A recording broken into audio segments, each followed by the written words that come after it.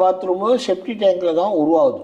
So அங்கேருந்து தான் எல்லா விஷயத்துக்கும் எல்லா ரூமுக்கும் வரும். கிச்சனுக்கு வரும், இதுக்கு வரும், ஹாலுக்கு வரும், பெட்ரூமுக்கு வரும், எல்லாம் வரும். ஸோ அந்த ரூமை நீங்கள் க்ளீன் பண்ணி பக்காவாக வச்சிட்டிங்கன்னா உங்களுக்கு எந்த பிரச்சனையும் வராது. ஸோ இந்த சனி பகவானோட ஆதிக்கத்துலேருந்து இதை வெளியே வரணும்னா டாய்லெட் பாத்ரூம்லேயும் ஒரு கப்பு வச்சு அந்த கப்பில் உப்பு வைப்பாங்க. உப்பு வச்சுன்னு அதை வச்சுட்டிங்கன்னா அது அந்த உப்பு அந்த கெட்ட சக்திகளை அத்தனையும் இழுத்துக்கும். ஸோ அந்த சனி பகவானால் பாதிப்புகள் உங்களுக்கு ஏற்படாது.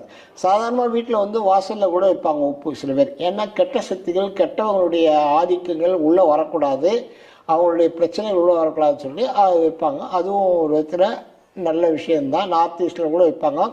ஆனால் பெட்ரூமில் டாய்லெட் பாத்ரூமில் கம்பல்சரியாக ஒரு போல் வச்சு அந்த போலில் உப்பு வைக்கிறது கம்பல்சரியாக வைக்கணும்.